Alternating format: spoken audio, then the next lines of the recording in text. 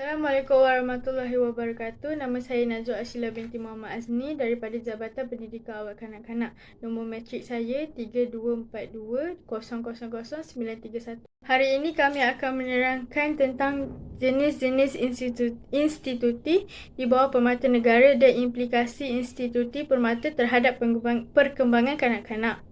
Terdapat 5 jenis instituti di bawah permata negara. Program yang mereka jalankan ialah menyediakan pendidikan awal untuk kanak-kanak yang berumur 4 tahun dan ke atas.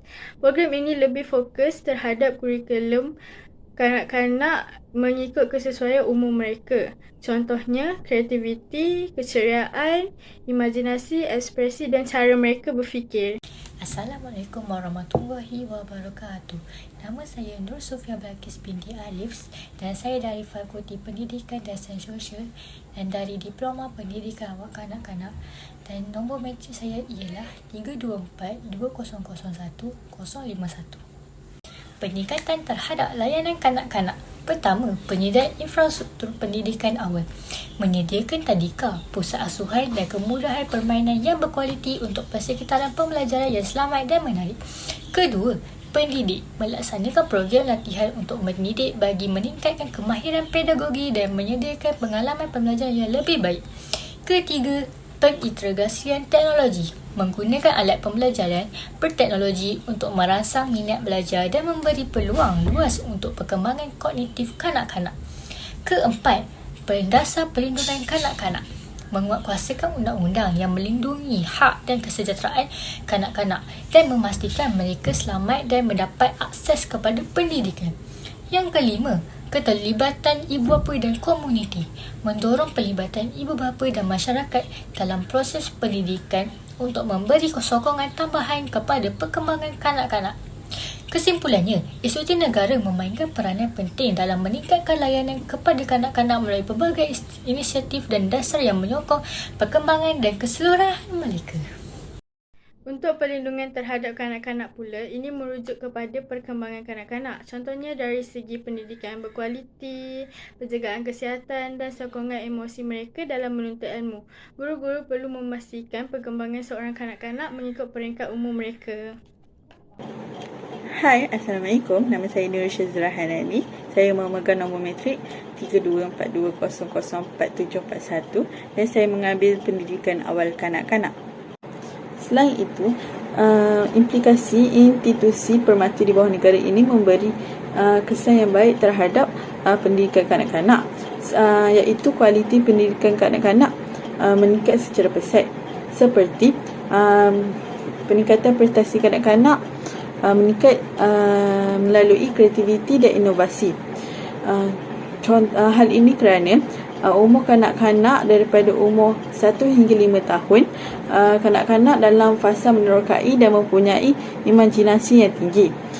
Oleh kerana itu, aktiviti yang merangsang pemikiran kritis dan kreatif mereka membantu kanak-kanak untuk berfikir di luar kotak dan menyelesaikan masalah secara inovatif. Kesannya, pembentukan nilai dan etika seperti nilai-nilai murni dan sikap baik terbentuk di dalam kelakuan seorang kanak-kanak. Peningkatan moral dan sasiah kanak-kanak. Pertama, pendidikan dan nilai moral.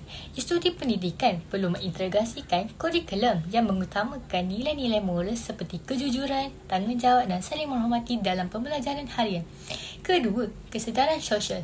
Melaksanakan program yang menamakan kesedaran sosial dan tanggungjawab kepada masyarakat, termasuk aktiviti sukarela dan projek kemasyarakatan. Ketiga, pembangunan sasiah melalui aktiviti kurikulum. Menggalakkan penyertaan kanak-kanak dalam aktiviti kurikulum seperti persatuan kelab dan sukan yang dapat memupuk disiplin, kerjasama dan semangat kepimpinan. Keempat, penglibatan keluarga dan komuniti.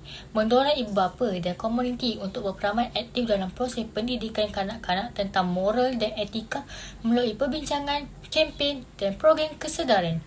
Kelima, pembentukan akhlak melalui model peranan. Mendirikan model peranan yang positif dalam kalangan pendidik, pemimpin komuniti dan ibu bapa agar kanak-kanak bercontoh yang baik untuk diikuti. Kesimpulannya, institusi negara berperanan penting dalam meningkatkan moral dan sahsiah kanak-kanak melalui pendidikan yang berfokus kepada nilai-nilai positif dan pelibatan semua pihak dalam pembentuk generasi yang berakhlak mulia.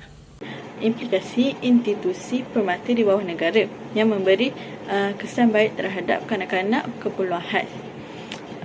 Seperti contoh, tenaga pelajar memberikan satu perkhidmatan yang bernama intervensi awal, di mana intervensi awal ini adalah tenaga pelajar menawarkan terapi fizikal dan terapi pertuturan untuk mereka yang memerlukan, seperti kanak-kanak keperluan khas. Okey, kesannya peningkatan